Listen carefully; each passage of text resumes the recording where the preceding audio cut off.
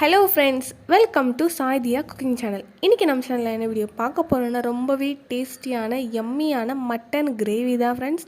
இது நம்ம ஃப்ரெஷ்ஷாக மசாலா அரைச்சி போடுறதுனால ரொம்பவே சூப்பராக இருக்கும். ஸோ வாங்க வீடியோக்குள்ளே போகலாம்.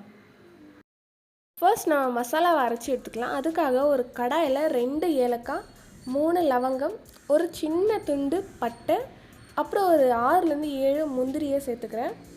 இது கூடவே காஞ்ச மிளகாய் உங்களுக்கு காரத்துக்கு ஏற்ப நீங்கள் சேர்த்துக்கோங்க.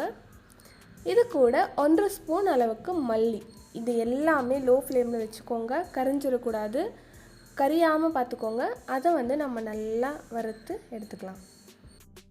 இந்த மாதிரி வறுத்து எடுத்ததுக்கப்புறமா இதை ஒரு மிக்ஸி ஜாரில் போட்டு ஃபஸ்ட்டு இதை நம்ம பவுட்ரு பண்ணி எடுத்துக்கலாம். இப்போ பாருங்கள், இது நல்லா பவுடர் ஆகிட்டுருக்கு. இது கூடவே நம்ம மீடியம் சைஸ் 2 தக்காளியை சேர்த்து நல்லா பேஸ்ட் மாதிரி அரைச்சி எடுத்து வச்சுக்கலாம். இதை ஒரு ஓரமாக வச்சுக்கலாம். இப்போ ஒரு குக்கரில் 3 ஸ்பூன் அளவுக்கு ஆயில் சேர்த்துருக்கேன். இது கூடவே ஒரு பிரிஞ்சி இலையை சேர்த்துக்கிறேன். அப்புறமா ஒரு மீடியம் சைஸ் வெங்காயத்தை குட்டி குட்டியாக சாப்ஸாக கட் பண்ணி அதையும் இது கூட சேர்த்துட்டு இதை கலர் சேஞ்ச் ஆகிற வரைக்கும் நம்ம நல்லா வதக்கிக்கலாம். இப்போ வெங்காயம் நல்லா வதங்கிருச்சு.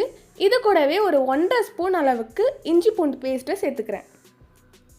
இஞ்சி பூண்டு பேஸ்ட் பச்சை வாசனை போனதுக்கப்புறமா நம்ம இது கூட அரைச்சி வச்சுருக்க மசாலாவையே சேர்த்துக்கலாம். சேர்த்துட்டு நல்லா மிக்ஸ் பண்ணி விட்டுக்கோங்க. மிக்ஸ் பண்ணதுக்கப்புறமா ஒரு 1/4 ஸ்பூன் மஞ்சள் தூள், 1/2 ஸ்பூன் சால்ட் சேர்த்துட்டு இதையுமே நல்லா மிக்ஸ் பண்ணி விட்டுக்கலாம். இப்போ இது கூட நான் வாஷ் பண்ணி எடுத்து வச்சுருக்க மட்டனை சேர்த்துக்க போகிறேன். இப்போ ஒரு 2 நிமிஷம் அளவுக்கு இந்த மட்டனை நம்ம நல்லா வதக்கிக்கலாம். வதக்கினதுக்கப்புறமா ஒரு 1/2 எலுமிச்சைப்பழம் ஜூஸை நான் இது கூட சேர்க்குறேன். சேர்த்துட்டு இதையுமே நல்லா கலந்து விட்டுக்கலாம். நல்லா கலந்ததுக்கப்புறமா இது கூட தண்ணியை தேவையான அளவு தண்ணி சேர்த்துக்கோங்க.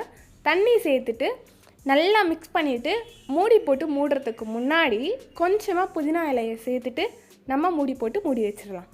ஒரு 6லேருந்து 7 விசில் வர வரைக்கும் வெயிட் பண்ணலாம். இப்போ பாருங்கள், 7 விசில் வந்ததுக்கப்புறமா நான் ஓப்பன் பண்ணுறேன். மட்டன் ரொம்பவே குக் ஆகிட்டுருக்கு, சூப்பராக இருக்குது.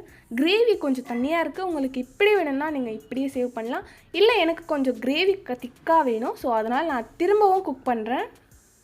இப்போ பாருங்கள், ஒரு 3 நிமிஷம் அளவுக்கு நான் ஸ்டவ்வில் வச்சுருக்கேன். ரொம்பவே திக்காகிடுச்சு கிரேவி.